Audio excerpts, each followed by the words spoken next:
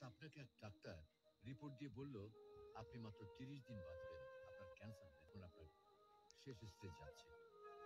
এটা শুধু আপনি জানেন, আপনার পরিবার কিংবা বন্ধু বান্ধবরা কেউ জানে না। এখন এই রিপোর্ট পাওয়ার পরে আপনি বাসায় গেলেন, প্রতিদিনের মতো আজকেও আপনার বাবা আপনাকে বকাঝকা শুরু করলো, তোকে দিয়ে কিচ্ছু হবে না, সারাদিন কোথায় থাকিস তুই, অকাজের ছেলে, ইত্যাদি ইত্যাদি। এই মধ্যবিত্তের বাবার যেমন হয় আর কি। তখন কি প্রতিদিনের মতো আজও আপনি তর্ক করা শুরু করবেন, নাকি প্রাণ ভরে বাবার কথাগুলো শেষবারের মতো আরেকবার শুনে নেবেন? হঠাৎ আপনার মা এসে আপনাকে বলল, নে বাবা, ভাতটা খেয়ে নে। আপনার মনে হবে এই বুঝি আপনার মায়ের শেষ হাতের খাওয়া। আপনি আর বাঁচবেন না। আপনি পরম তৃপ্তি নিয়ে খাবেন এবং আপনার কাছে মনে হবে এটা আপনার শ্রেষ্ঠ খাবার, যদিও ডাল ভাত হোক না কেন। আপনি বের হলেন, পুরনো এক বন্ধুর সাথে দেখা, আপনি যাকে মোটেও সহ্য করতে পারেন না, সব সময় তার সাথে কথা কাটাকাটি হয়, আজকেও সে আপনাকে কিছু কথা শুনিয়েও দিল। আচ্ছা, এখন কি আপনি তার সাথে তর্ক শুরু করে দেবেন? মোটেও না।